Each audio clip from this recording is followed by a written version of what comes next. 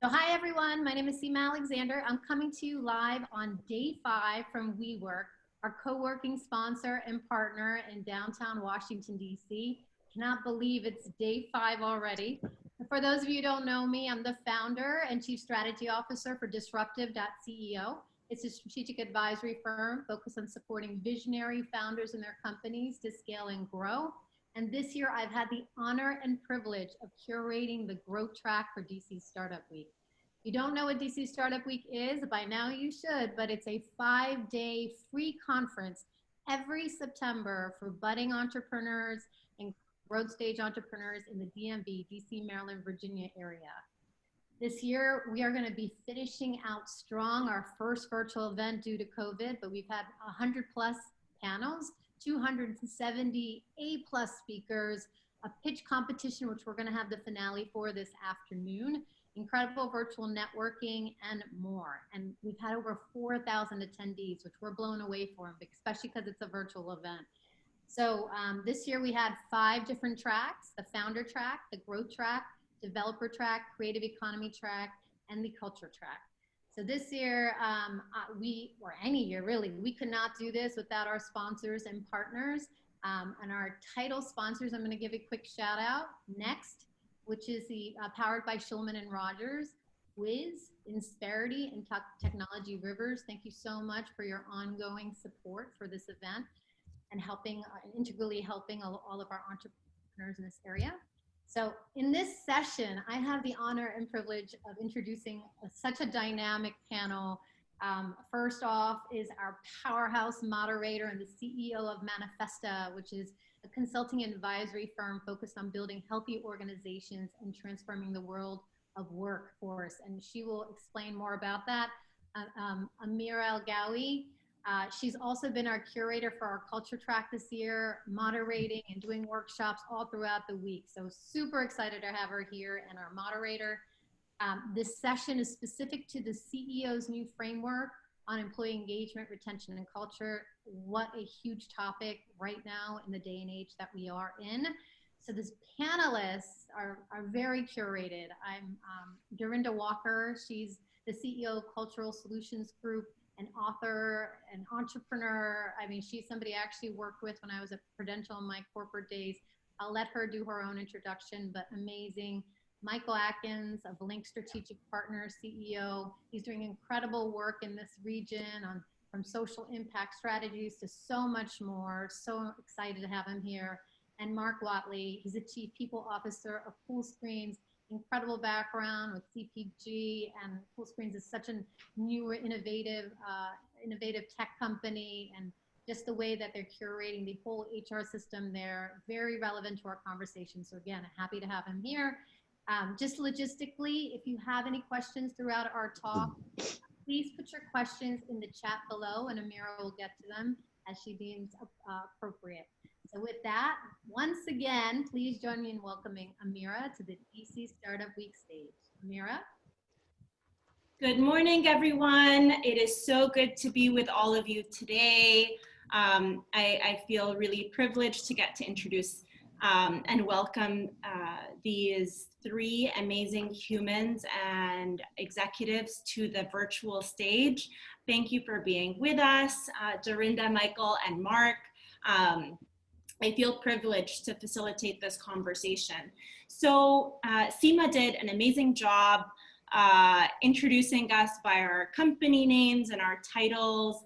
I am sure that our audience and community today would love to hear a little bit more about who you are as a human, why you care about this topic, to get us going, and then we'll jump right into the panel.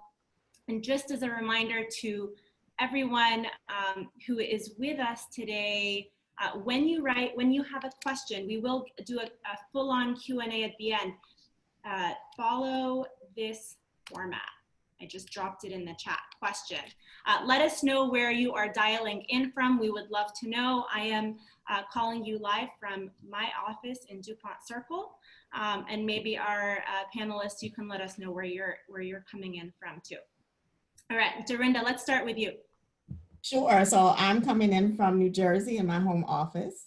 I have 20 years of experience in financial services as a marketer, award-winning on the B2B and the B2C side. During my time in financial services, I became very passionate about injustice, economic injustice, racial injustice, social injustice. And I decided after 20 years that my time was up and I needed to do something that was going to really fuel my passion and my purpose.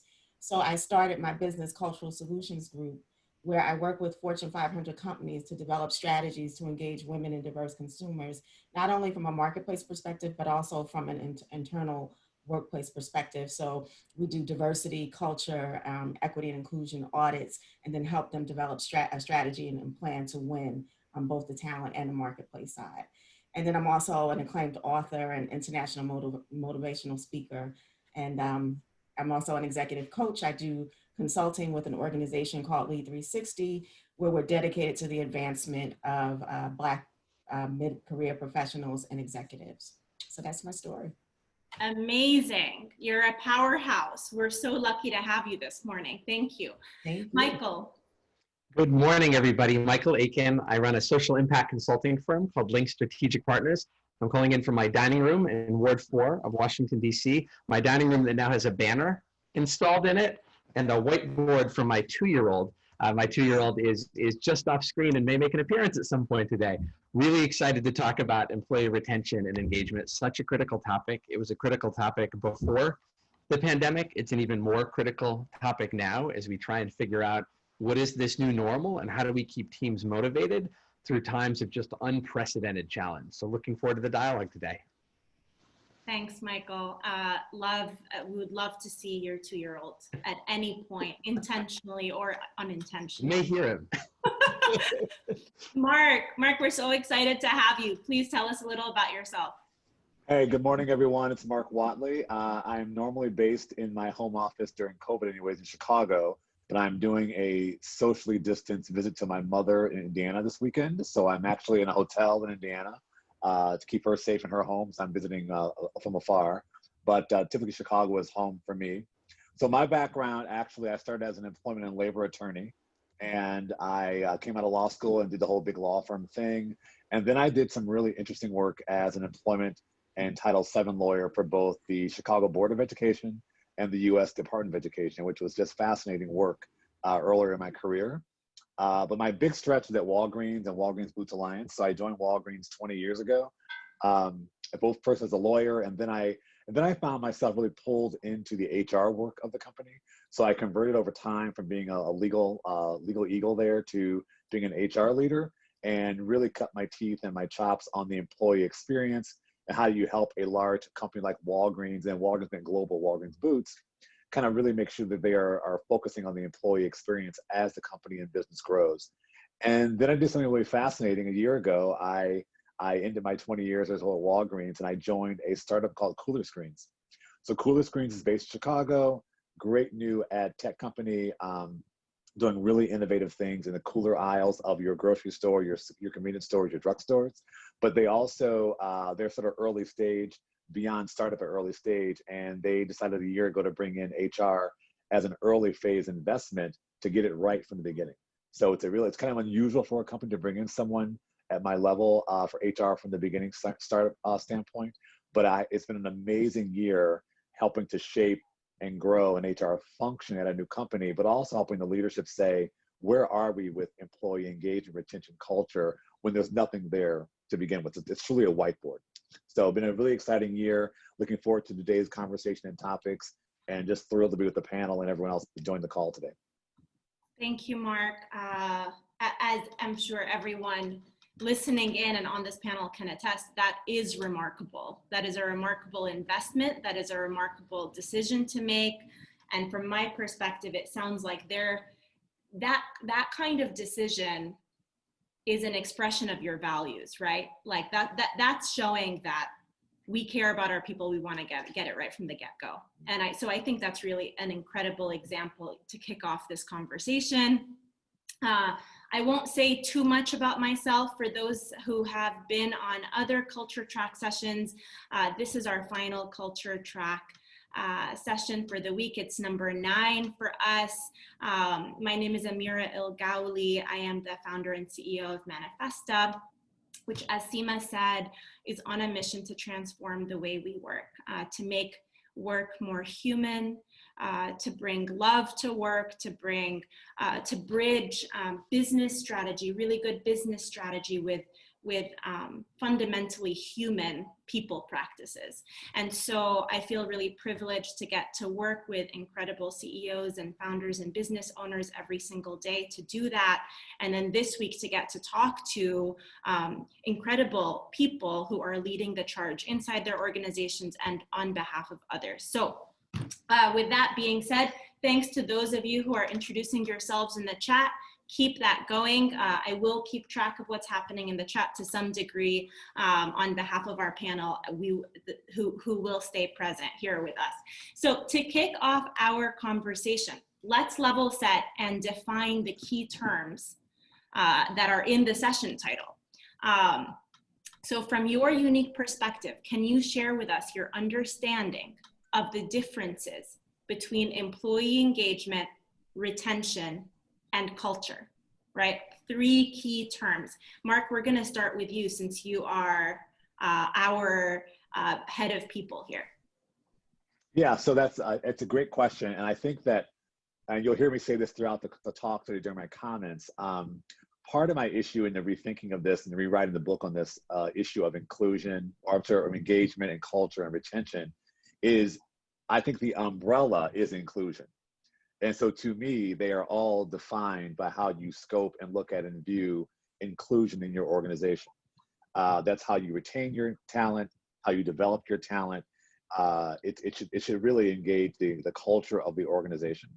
And I think that is from my big company experience at Walgreens, where I saw some things go well and a lot of things go wrong or off track, is that we try to treat them very separately as individual concepts. And I really think inclusion is kind of that umbrella, sort of North Star that you want to be pointing to.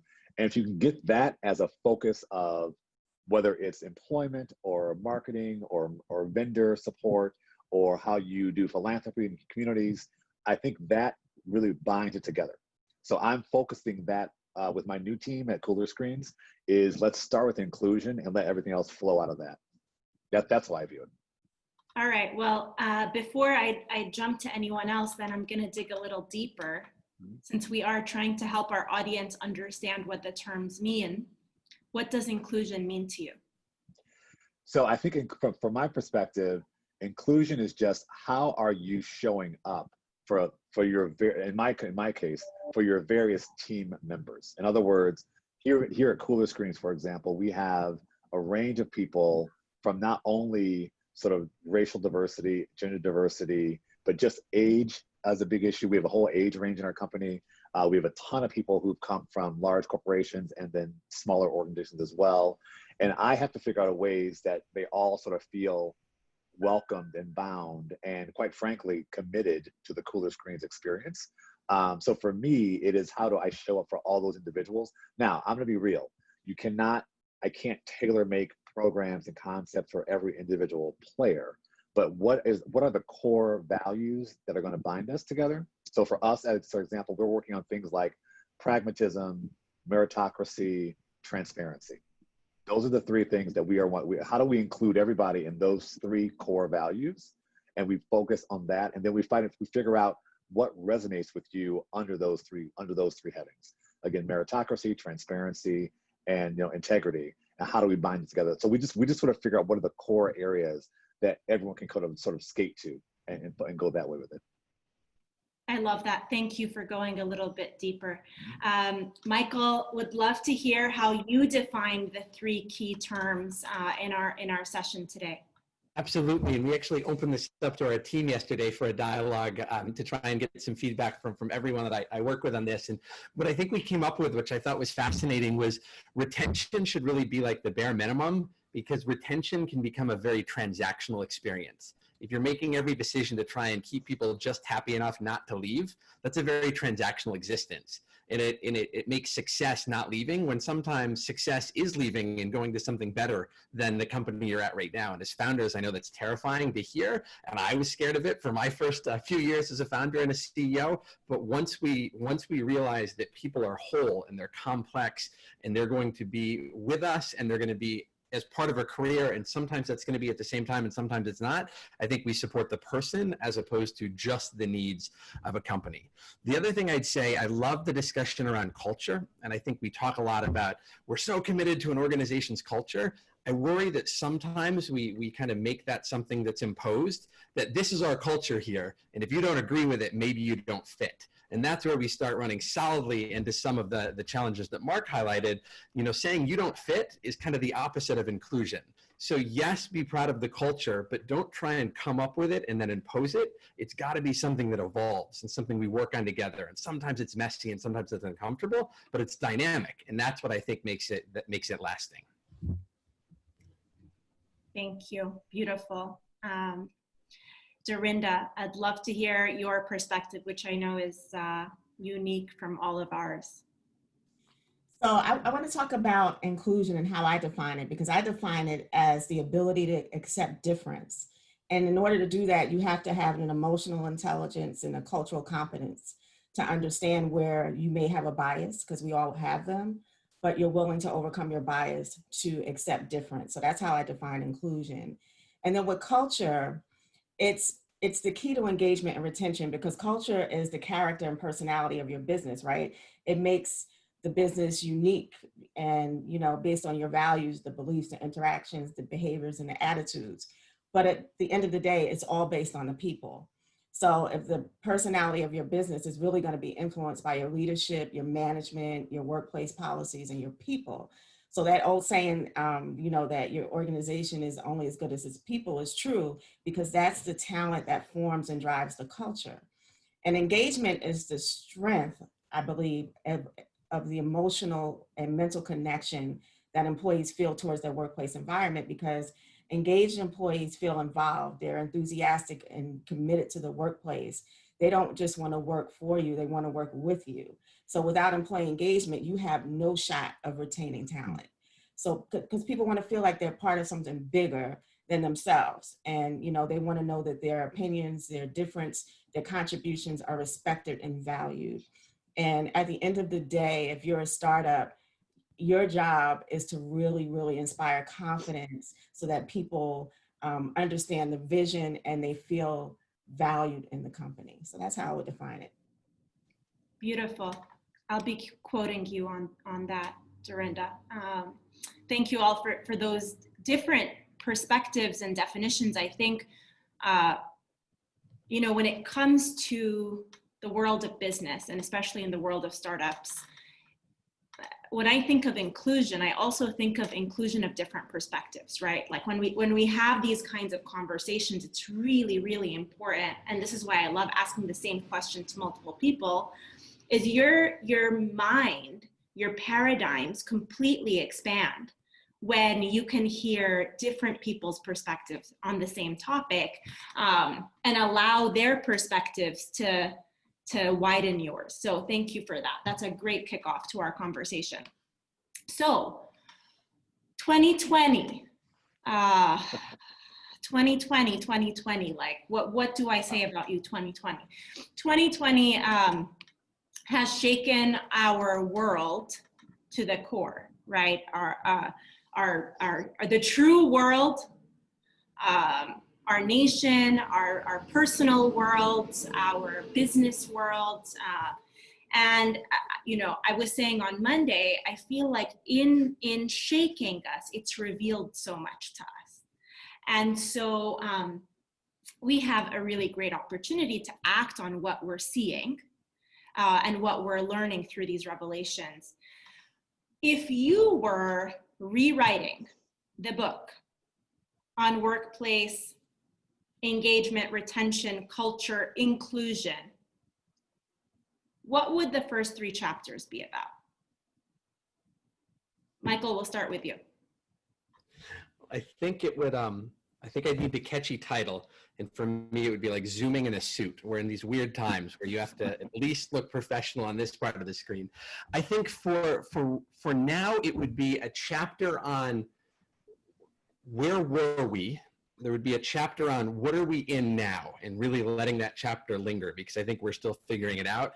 And then I think it would be a chapter on how getting back to normal can't be our goal, because normal is kind of what got us here. We got to get back to so far better than normal, and we're still figuring out exactly what that's going to look like, but we have to be committed to it, and we have to leave room for that. I know this is about people, but for example, you know, the day before we all moved home into a new virtual environment, we opened up a new headquarters space, and we built it to allow no social distancing. It was the most communal space you could have. And we moved in on a Thursday, and on a Friday, we all moved to our homes. And so, you know, the way we work will look different, but the work we do also has to look different. And so I'm excited about it, but we've got to get there together. I love that. And I've heard that, a similar story, but in different forms from so many people. And ironically, you can hear the sirens downtown DC. What can I say, right? Like, this might be a chapter, keeping it real. Like, that's one of my chapters. That I got an office in the middle of the pandemic. Like, maybe another one is not doing what everybody else is doing. Anyway, Dorinda, I'd love to hear from you. What would the first 3 chapters of your book be? I would say agility, integrity, and equity. I believe now we've gotten so much thrown at us through COVID, with the racial pandemic and everything. We have to be agile and be able to change, you know, the way we do things, the way we think, the way we work, and the way we interact. So I would say being an agile leader is going to be really, really important. Integrity, in that we're living in a world, particularly in the political environment, where you can't escape that the lack of integrity, right? Where lies are accepted, where, you know, people aren't staying true to their word, and they're choosing greed over humanity. And I think we need to get to a place where humanity's first, and that, you know, we live and die by what we say and our truths, and we're honest. And then the third thing, with equity, we have a lot of discussion about inclusion and diversity, but really the conversation needs to evolve to equity. Are we giving people equitable opportunity based on their difference? And really have uncomfortable conversations about white supremacy and how it leads to the systemic bias and racism that we're seeing, that's really, you know, inundating our lives right now. And how do we overcome it? If we don't want to have those uncomfortable conversations, then nothing's going to change. So those would be my 3 chapters. Yeah, you went deep right in the beginning of the book, like head first, which I love. I mean, I love that you bring up integrity. It's something that, as a business leader, a former executive of a team, I think about often, because integrity is everything. It is everything. And a coach once told me, integrity is more than honesty. Integrity is doing what you say you will do. Absolutely. And I think that given everything we have been experiencing and witnessing the last few months, you're right. It's all going to start with integrity. We will be determining which companies to work for, to work with, to buy from, based on the level of their integrity. And so thank you so much for bringing up that really important point. I'm actually going to skip ahead, since you brought us there, Dorinda. Like, I love it. Let's just get real fast. We have been working through not only a global pandemic, but major racial tumult and conversations that are continuing to reveal and bring to the fore massive racial inequities in our society and in our workplaces. To that end, the positive side of that, to some degree, is that we have reached a new level of acknowledgement around that racial injustice, right? That racial injustice was always there. It's just most of us, if not almost all of us, couldn't see it and wouldn't acknowledge it. And so, you know, given that we haven't had such open conversations across sectors, inside teams, across kind of leadership cohorts before, I'm curious, and Michael, I'm going to start with you. In our mostly virtual world, right, which makes it hard to meet in person, have coffee chats, all the things that we're accustomed to doing to advance conversation, what can CEOs, executives, startup founders do to engage their employees in the critical race conversations today? I appreciate that question, and it's something that we've been on a journey around at Link Strategic Partners. So I heard Mark talk about diversity in lots of forms, and I love that he threw age in there. Our youngest employee is 16, our oldest employee is 92. After a 75-year career in communications, came and is a key part of our team. We're about exactly 50-50 male-female. We're about 69% people of color, which is an imperfect definition, but how we're asked to record that data for some of the cities we work in. So it's something that as a team, we have been really intentional about building our team to reflect the communities where we operate. So these aren't new discussions. Because they're not new discussions, we had to renew our focus on them. I think it's really easy to throw out some stats and feel like, oh, we're getting this right. This is a moment where we can really settle into getting it right. This is not a moment where anyone can settle into getting it right. I think there are some things we get right, and I think there's a lot we need to do a lot better with. So even though these are issues we're comfortable with, and frankly, they're issues that a lot of our clients look to us around, we stepped back and said, there are some of these discussions we're going to be able to have internally, and there are many of them we aren't. We're going to have to bring in some outside folks to have these discussions with us and to really force us to acknowledge our blind spots. And let's open up anonymous surveys with our team to figure out what we're not doing well and how we build better for the future. That has been really, really critical. And to your point specifically about the virtual environment, I think in many ways, the virtual environment gives us a little bit more space to process things and communicate them as we want. It also makes it a lot harder. One of the things I look at is, you know, how many of my team members don't have their videos on in a given day or week when we're doing a Zoom call, and not defining that as a bad thing.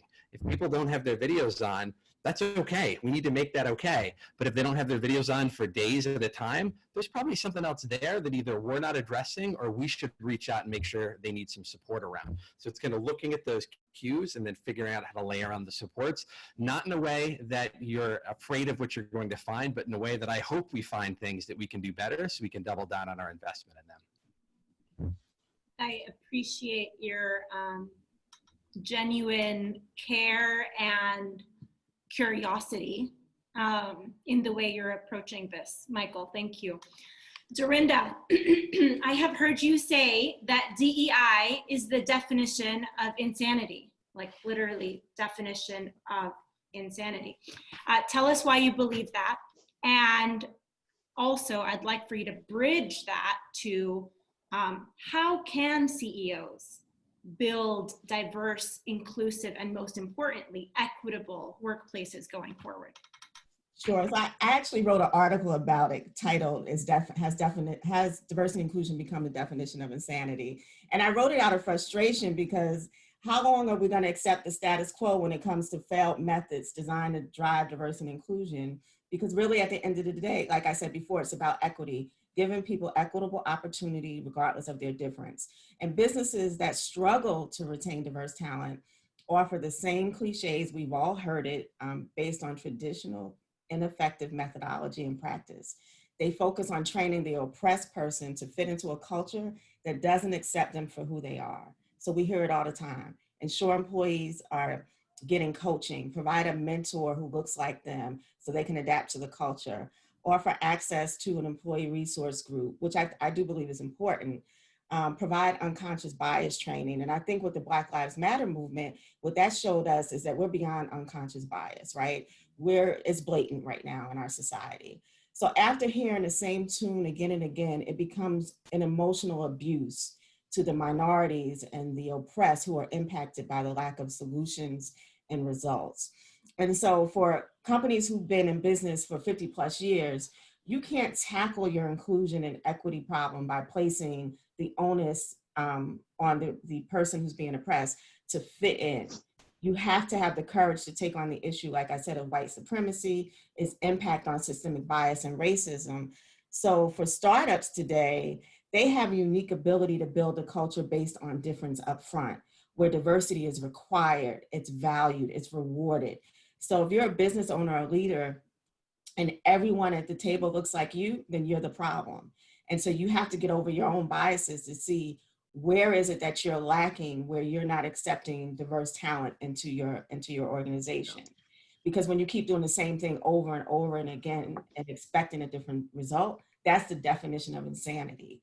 And so that's why, I wrote the article, and that's where my frustration comes. But I'm excited with all of these startups because they have a difference to change the dynamic and hopefully, take over for years and years to come as those new big businesses. Amen. And that actually is the perfect segue for Mark to share your perspective. Mark, one way D&I efforts have fallen short, overpromised, under-delivering consistently, is in how the efforts are siloed internally. HR, marketing, vendor spend, community giving, they're often managed by different teams, departments, leaders. Going forward, how should we begin to redefine the scope of D&I, DEI, et cetera? Yeah, that's, I know you and I discussed this a little bit earlier in the week on chat, but I think that is one of the biggest current problems in kind of big company D&I, DEI activities. Dorinda, I am right there with you. I spent 20 years at Walgreens going through all the various iterations of everything you just described, all those efforts, programs, measures, which didn't quite figure out. But I'm gonna give one quick example, then I'll get back to the question, Amira, really quickly, is that also when there's real proof, there's absolutely hard evidence that when you change who gets to make the decisions, who gets to sort of be in charge and run the show, you see differences. 10 years ago at Walgreens, they hired an African-American woman as the global head of HR, for the entire organization, across the world, Kathleen Wilson-Thompson, phenomenal leader. I worked for Kathleen for 10 years.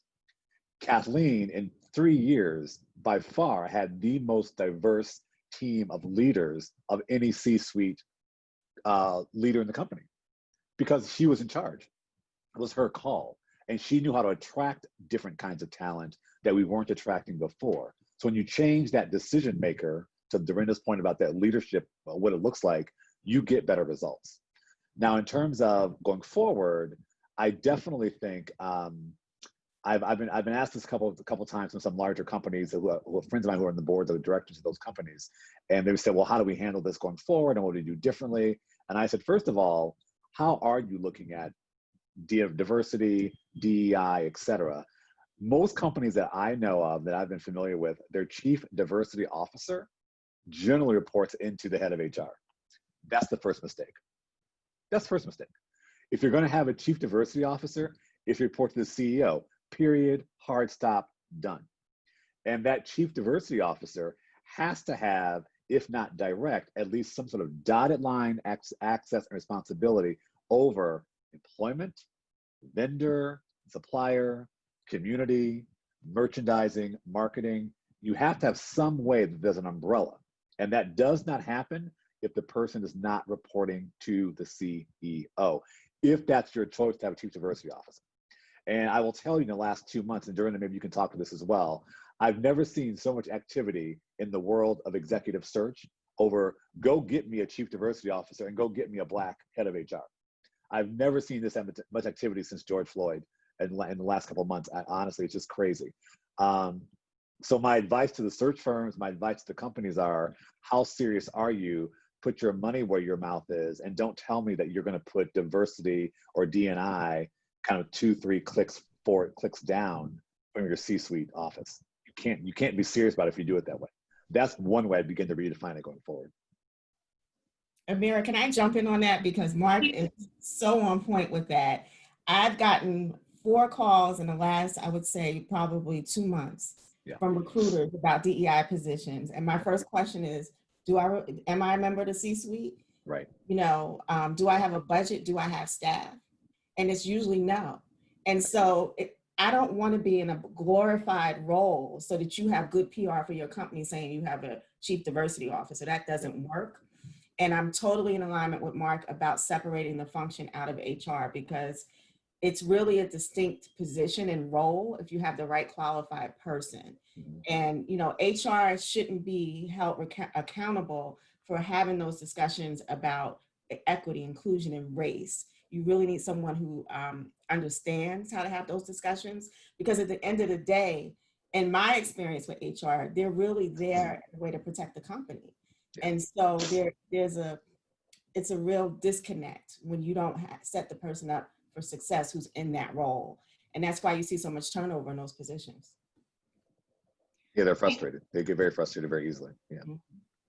Thank you. That's I appreciate both of your personal experience sharing here, because it's already widening my perspective.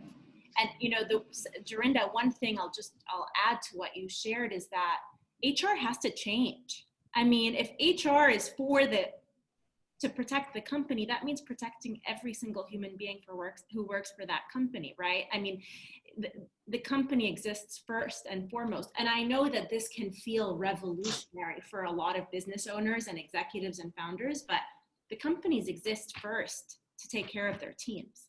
If you're not taking care of your team, I don't know why you exist. I don't know why you started a business.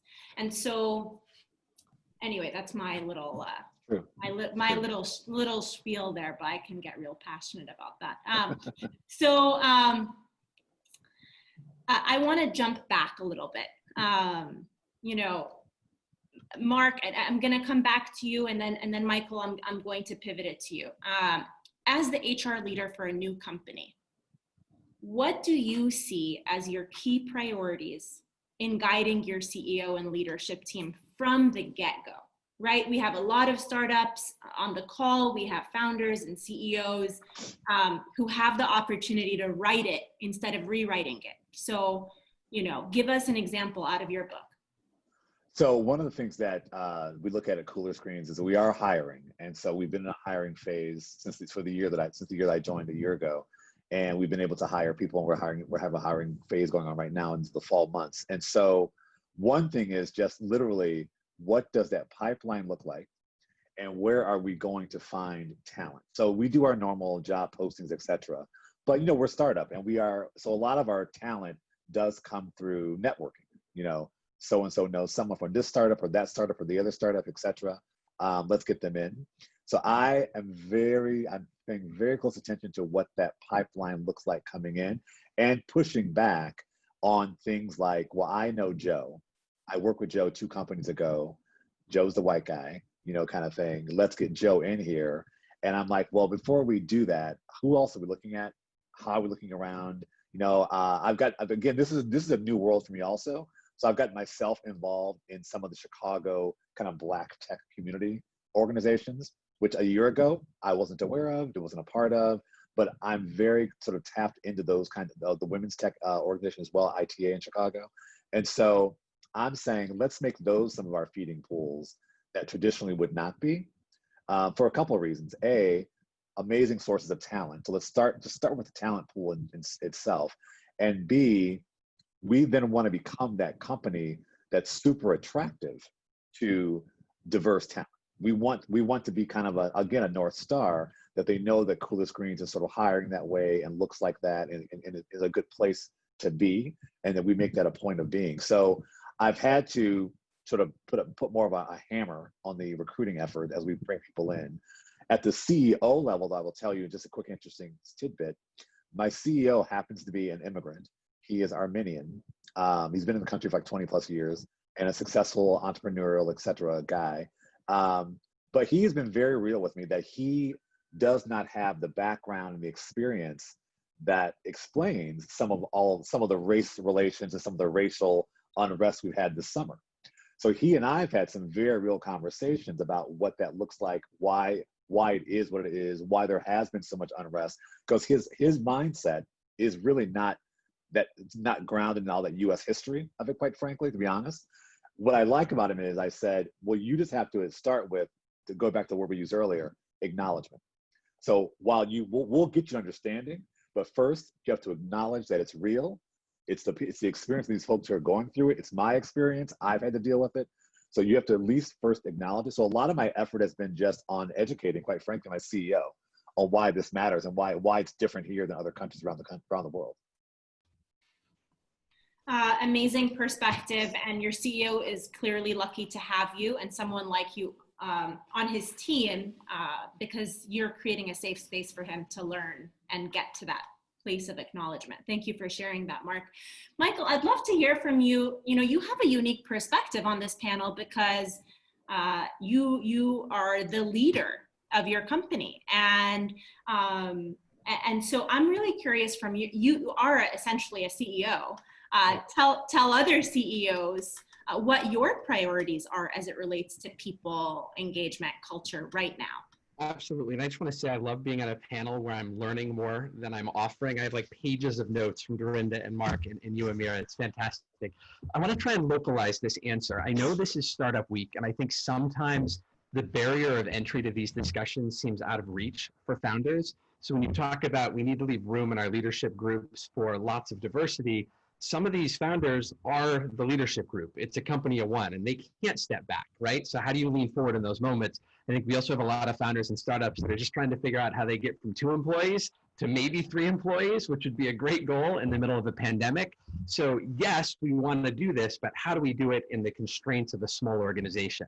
I think the most important thing to me as a CEO, and what I'm really glad I've done, because it's been really much easier to maintain, is bake those things in at the start, especially when you're small. Bake them in when you are 1 person or 2 people. If you're going out to hire interns, pay them. You'll find the money to pay them, but you start building in a culture that you're not just going to recruit people who have the financial certainty outside of work to come volunteer their time for you. So we started a paid associate program as one of the first things we did when we founded Link 8 years ago. Now 67% of our full-time employees came out of that associate program over the last 8 years and have moved into leadership positions. So even though we were small, we created a pipeline that allowed us to get bigger with candidates that reflected our values. The other thing that I think is really important is to really invest in coaching. I think we've talked a little bit about executive coaching here. I invested in an executive coach when I was very early in starting this company. But as we added employees, I asked the coach, can you take this person on as well? Can you take this person on as well? And we now have an environment where every single member of our team, from our newest intern associate to the CEO, has the same access to an executive coach for the same amount of time each month. And their mandate is to make sure, the coach's mandate is to make sure we're developing people for their long-term careers, whether or not that involves Link. So the minute we took kind of people leaving off the table as something we were scared about, it took me a few years to get there myself, suddenly our retention went up, our culture got better, engagement got better because we invested in people, not just in the business lines, which is never a sustainable way to invest. I hope that's helpful. Beautiful. I hope our community is taking notes. And just a reminder that we will be taking questions and doing a Q&A in a few minutes. So drop your questions in the chat. No question is too small or too big or too off topic. We have an incredible expertise here. So feel free to ask whatever is burning in your mind right now. So Dorinda, a lot of startups and companies just don't have the resources right now to do what they did with Mark, what Cooler Screens did with Mark. And so that's not an excuse not to lead your people, build culture with intention, etc. What practical recommendations can you share with those types of executives and founders around people management and leadership? So my priority is to really put people first. And I want to touch on something that Mark said. I think for any of you who are listening who work with Black people right now, you have to understand that there's an emotional toll that they're experiencing right now. I'm just going to share some of my own vulnerability right now. With everything that happened with George Floyd and Breonna Taylor, I was getting inundated with requests to speak about diversity and inclusion. And I shut down because I was so hurt. And so I think there should be an acknowledgement and an understanding, because what I started to see was a lot of companies were relying on their Black employees to provide the education. And it was just too much of an emotional toll because it's not really our job to do that. So I just wanted to bring that up because I think that as we all want to be allies and be supportive, you need to understand that you also need to care for the mental health of the people who are being impacted the most. So when I say my priority is people first, that's why I wanted to get that out there. But I'm a little over a year into my business, and based on my business model and strategy right now, it doesn't make sense for me to invest in full-time staff. So I have a, consistent influx of, until I have a consistent influx of steady income, I hire 1099 freelancers based on the needs that I have to fulfill the contracts. So for me, the interview process is key. It's all about relationships because I need to ensure that the people who are working with me are qualified to deliver on the business that I get. I'm fortunate to have repeat business with freelancers I've hired and been able to create a referral base. LinkedIn is invaluable to me for that. I love LinkedIn as a referral source and a way to identify talent. So, I have options right now in growing my business. And when I'm ready to scale, hopefully I can bring in an HR leader to make sure that I'm caring for the culture of my company and my business because that's important to me. But typically for my work, the engagements range right now from 8 weeks to 6 months, depending on the client needs. So it doesn't make sense for me to really focus on full-time help, but it's important to me that I have relationships with the freelancers who are representing me, that they're aligned to my vision, that we have a mutual respect for one another and what we bring to the table. And so I make it a point to have regular touch points. I have a budget just for, coffee, and I'll send dinners to my freelancers and things like that.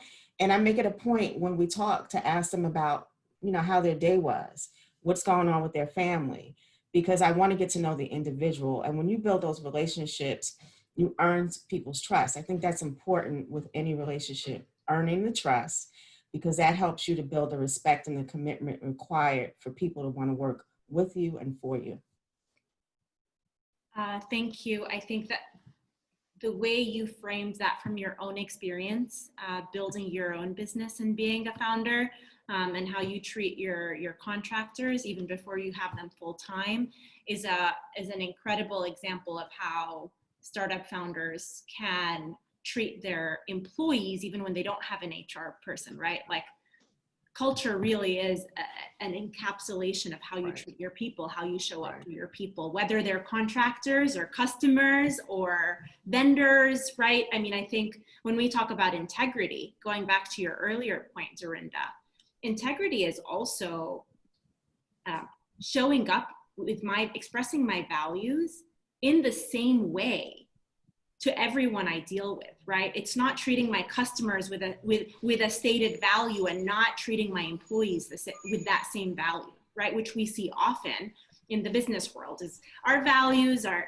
there and we prioritize expressing those values in our customer experience, but not in our employee experience. So I love everything you're sharing.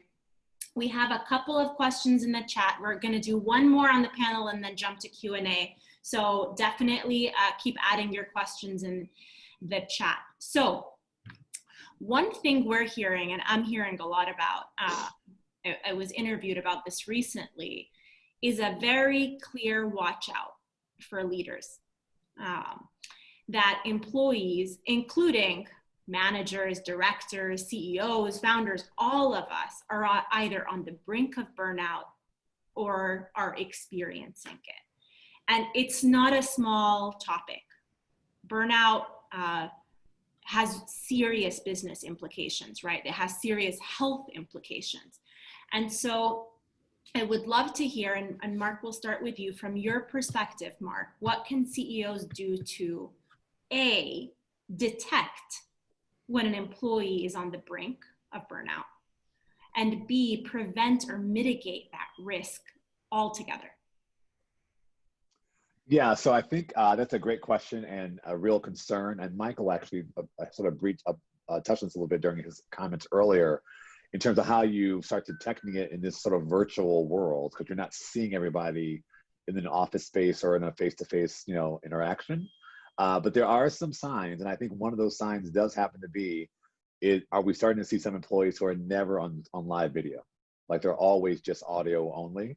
that is a bit of a, that becomes a bit of a telltale sign for us. One of the things that I've been doing with our employees actually is looking at who's taking time off. It's interesting, we went to virtual and everyone's working from home and you couldn't travel because everything was shut down, right? And so I began to realize that people, even though we're in this virtual world, weren't even taking days off work. So I have been doing these regular reminders that whether you can travel or not, take your time, take your PTO, take a longer weekend, go to the park, get with your kids if you got kids, et cetera. Whatever your outlet happens to be, it's okay to step back. Because we had this really interesting situation where I believe working from home has had a real bleed from work to non-work.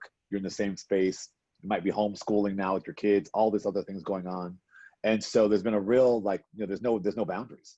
So we've been paying attention to who's taking time off and encouraging people to do that on a very regular basis. We've also made a habit of making our leadership team every week. We have a sort of an unofficial schedule, but every week somebody on the leadership team calls a team member every single week to touch base. So this week I might call a couple of developers, I might call a couple of our software engineers, our CEO might be calling, my HR person, kind of thing, or whatever the case may be. And so we're just trying to touch base in ways that we hadn't before. And I'm going to close it with this. I do think there's been one interesting benefit to this whole Zoom world of working right now. I think we have learned in some ways more about our leaders than we would have otherwise. Seeing our CEO or our CFO or our president at home with the kids and dogs running back and forth and all these things going on and trying to be all, have a serious meeting, we have actually had access to them in ways I think most employees don't normally do. That's been very beneficial. So I have found that has been a way to keep our employees engaged, interested, and then again, just looking out for these touch points of, are you taking time off? Are you always on audio? Those kind of things. But I think that we address that burnout by as many different touch points as we can that actually might not have been in place even in the office environments. In some ways, we upped the game there. Yeah, I totally agree with you. I think it's forced us to see people's humanities, especially the humanity, and that the facade has been removed from our leaders, which I love. Right. So since we have a few minutes left, I'd love to take the couple of questions that are in the Q&A in the chat. So Naomi is asking, Dorinda, I'm going to direct this to you.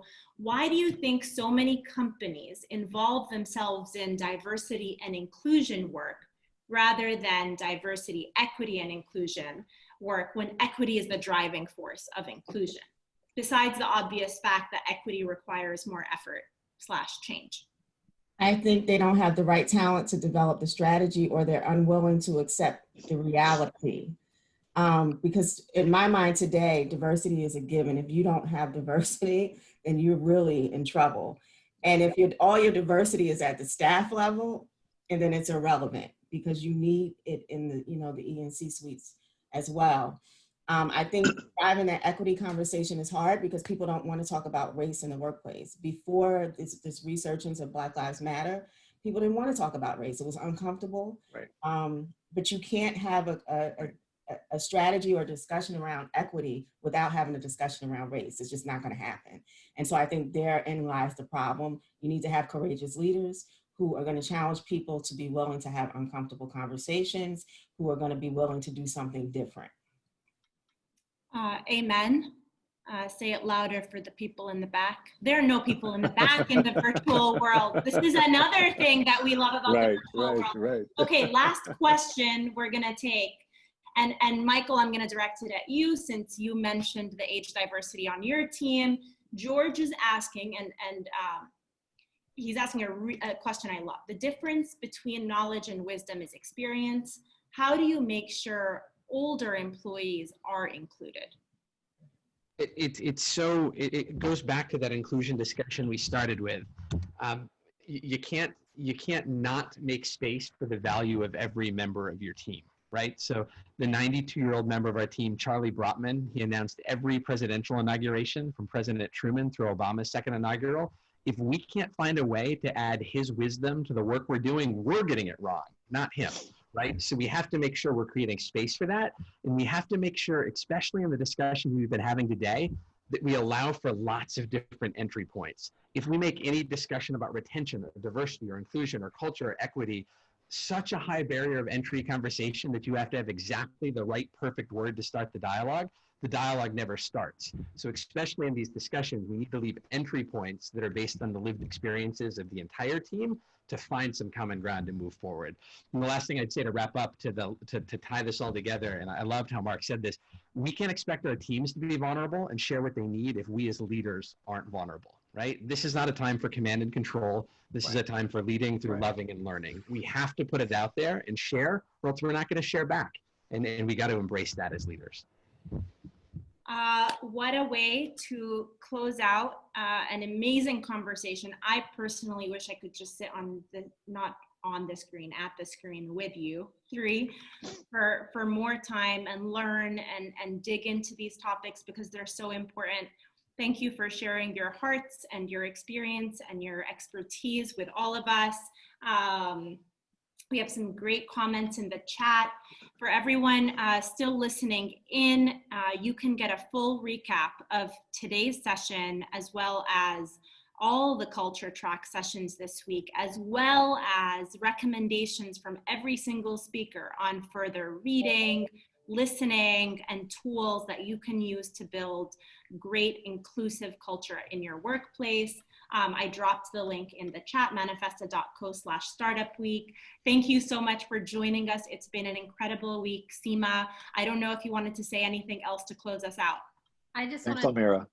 This has been exactly what I thought it would be. And Amira, I'm adding you to this. The four of you together really brought this conversation home for everybody that was listening. So I actually took a bunch of notes. I was going to share a lot of golden comments. Unfortunately, we're over time. But Dorinda, Michael, Mark, Amira, thank you so much. And for the rest of you, we have a few other sessions. I cannot believe, again, we're closing out day 5.